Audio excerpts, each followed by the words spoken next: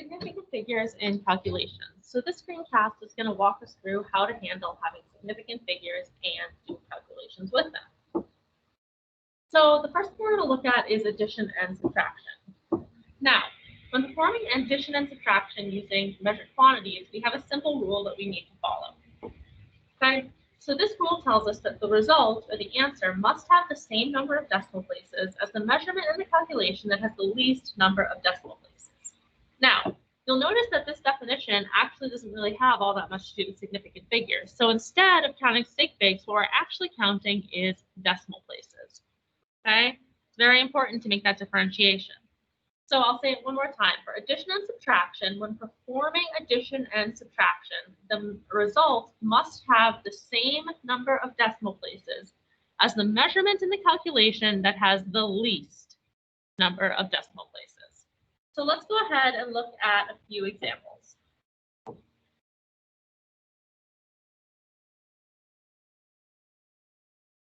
Okay. So let's start here. We have 1.50 centimeters plus 2.6 centimeters. Now, if you do this out in your calculator, as an answer, you should get 4.1 centimeters. So after we do our math, what we need to do is we need to check our significant figures. So because we're doing addition here, we know that this rule applies. So what I need to do is I need to look at my measurements and count my decimal places. So in this measurement, I can see that I have 2 decimal places.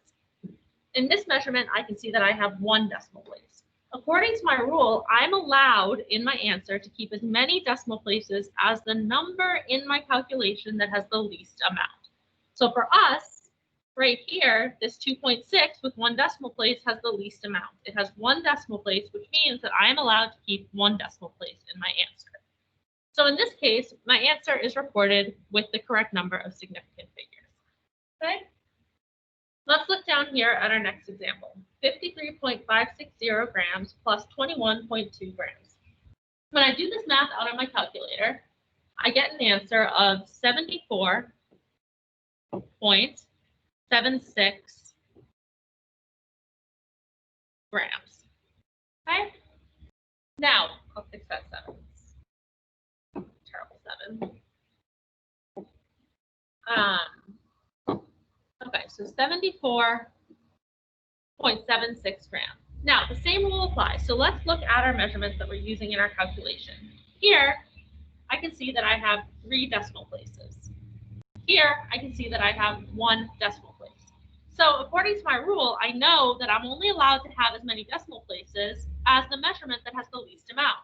So in this case, I'm limited to 1 decimal place by my 21.2 gram measurement, meaning that to report this answer correctly, I need to make it so that there's only 1 decimal place. To do that, I'm going to round. So I have a 6 here, which means I will round by 7 up to an 8. And my answer should be reported like this, 74.8 grams. Okay? This right here is my answer with the correct number of significant figures. Now, an easy way to think about this, and I'll do it for the first example so that you can see, is conceptually, if I line up my addition or my subtraction, okay, so 1.50 centimeters and 2.6 centimeters. What we want to recognize here is that we don't have any information about the hundredths place here, which means that if I was to do this addition and report my answer like this, that's actually really misleading, right? Because we have no certainty that that value is actually 0, and the reason is because we have no idea what this value truly is, okay? So that's where this rule originates from. So just to recap, the result or the answer when doing addition and subtraction with measurements must, it's a requirement, must have the same number of decimal places as the measurement in the calculation that has the least number of decimal places. All right, so let's go ahead and move forward to multiplication and division. Okay, so when performing multiplication and or division with measured quantities, the following rule applies. So in this case, the result of the answer must have the same number of significant figures. Okay, so this is important. So now we're dealing with significant figures instead of decimal places. So the result or answer must have the same number of significant figures as the measurement in the calculation that has the least number of significant figures.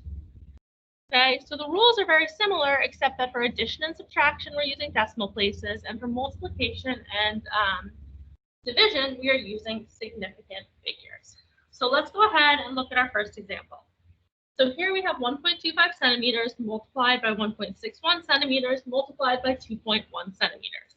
Now, when you do this out on your calculator, your raw number, so unrounded, should look like this: 4.22625 cubic centimeters. So let's go ahead and think about our significant figures. Okay, this measurement right here has 3 significant figures associated with it, right? It's easy to see that. This measurement right here also has 3 significant figures, and this measurement right here has 2 significant figures. Now, according to our rule, I can only keep as many significant figures in my answer as the measurement that has the least amount. So in this case, I am limited to 2 significant figures by my 2.1 centimeter measurement. So to report this answer correctly, then, I need to round. So knowing I can keep 2 significant figures, I'm going to keep my first 2, which means that I need to look at my 2, right, and then round accordingly. 2 is lower than 5, so we round down, and to report my answer correctly, I would report it as 4.2 cubic centimeters. Okay, and this now has the correct number of significant figures. Let's go ahead and look at example number 2. So here I have 5.530 grams divided by 2.4 milliliters. If I do this out of my calculator, my unrounded answer should be this: 2.30416667. And our units here would be grams per milliliter. Now, let's go back and look at our rules. So this measurement right here, we can see that we have 4 significant figures. Okay? Here, I have 2 significant figures. According to my rule, I'm limited by the number in my calculation that has the least amount of sig figs. So in this case, I'm limited by my 2.4 milliliters. That means that in my answer, I'm only allowed to keep 2 significant figures. I plan to keep the first 2, so I look to my 0 here, and I see that it is lower than 5, so I will round down, meaning that my correctly reported answer should look like this: 2.3 grams per milliliter.